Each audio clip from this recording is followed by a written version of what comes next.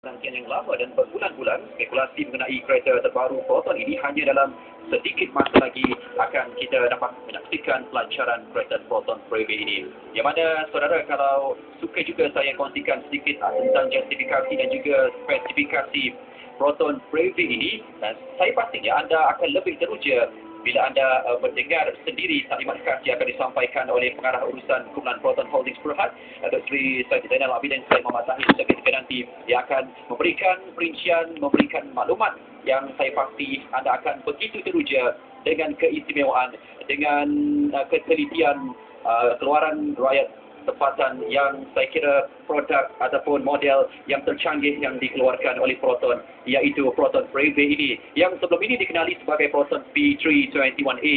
Namanya telah pun diumumkan sebagai Proton Preview dan pada malam ini ia akan dilancarkan. Mungkin ramai juga tertanya-tanya kenapa diberi nama Preview. Sebenarnya dalam bahasa Inggeris Preview disebut sebagai proof ataupun to prove, dan dalam bahasa Malaysianya bermaksud bukti ataupun membuktikan.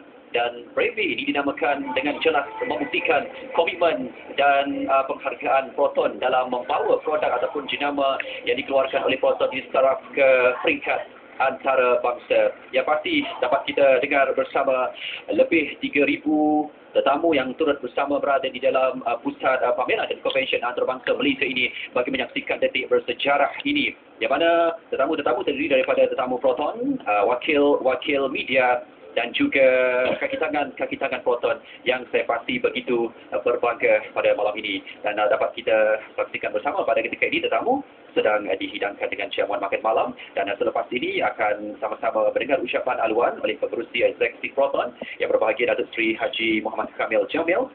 Seterusnya taklimat khas yang akan disampaikan oleh pengarah urusan kumpulan Proton Holdings Berhad, Datuk Sri Syed Zainal Abidin Syed Muhammad Tahir. Dan selepas itu akan sama-sama kita dengarkan ucap sama yang akan disampaikan oleh Yang Amat Berhormat Perdana Menteri Malaysia, Datuk Sri Najib bin Haji Abdul Razak seketika saja nanti. Dan seterusnya Datuk Sri Najib akan melancarkan Proton Preview pada malam ini. Dan saya pasti juga selepas ini akan terus dipertontonkan kepada anda persembahan montaj yang begitu menunjukkan flexibility Proton Preview itu sendiri.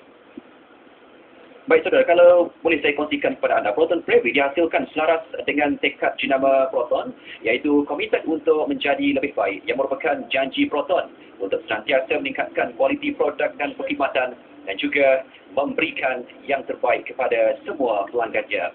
Dan Preview merupakan bukti bahawa Proton kini lebih matang dan mampu untuk mengeluarkan kereta global yang berpotensi untuk dipasarkan ke mana-mana pasaran di seluruh dunia. Dan sedikit saya kongsikan kepada anda antara justifikasi yang dikeluarkan untuk jenama Proton Preview ini.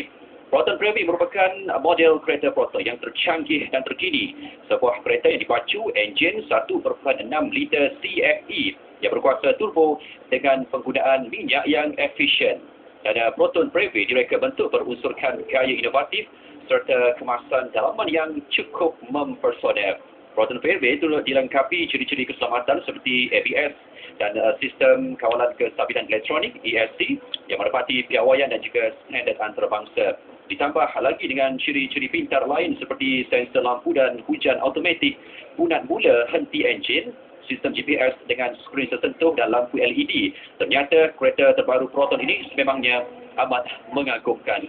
Dan kalau anda sendiri penonton di rumah membuka laman sesawang, saya pasti sudah banyak gambar-gambar mengenai Proton Preview sudah pun dimuat naik. Juga di YouTube juga dapat kita saksikan perbezaan antara kereta Proton juga ciri-ciri keistimewaan Proton Preview yang telah pun ditunjukkan kepada umum. Baik, pada malam ini dapat kita bersama-sama akan dengar seketika ucapan daripada Pengerusi Eksekutif Proton yang berbahagia Datuk Sri Haji Muhammad Kamil Jamil, Pengerusi Eksekutif Proton Holdings Berhad. Apa kata kita alihkan tumpuan seketika ke pentas utama bagi sama-sama mendengar ucapan aluan daripada Pengerusi Eksekutif Proton.